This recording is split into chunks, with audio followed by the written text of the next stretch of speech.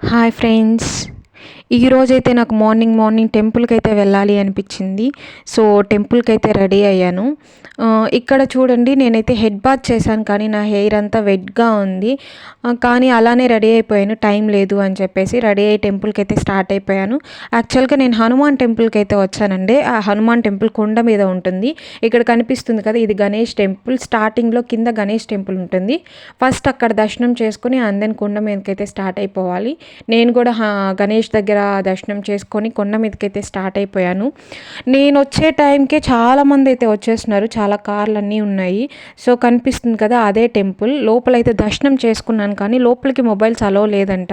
So అది record చేయలేకపోయాను.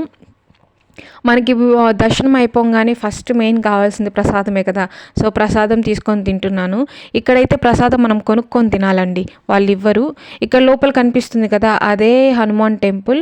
ఆపోజిట్లో సీతారాములు ఉన్నారు. లోపల దర్శనం చేసుకొని అయిపోయిన తర్వాత సీతారాముల దగ్గరికి కూడా వచ్చి దర్శనం చేసుకున్నాను.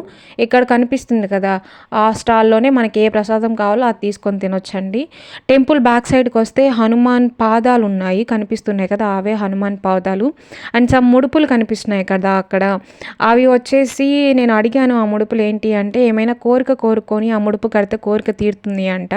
సో నా దర్శనం అంతా అయిపోయిన తర్వాత రూమ్కి అయితే వచ్చేసాను. మాకు ఈరోజు రూమ్లో పొంగల్ అయితే టిఫిన్ చేస్తున్నారు. అది కొంచెం తెచ్చుకొని ఆ పొంగల్ ఎంజాయ్ చేస్తూ తినేసాను. సో ఎవరైనా సబ్స్క్రైబ్ చేసుకోకపోతే సబ్స్క్రైబ్ చేసుకోవచ్చుగా ప్లీజ్.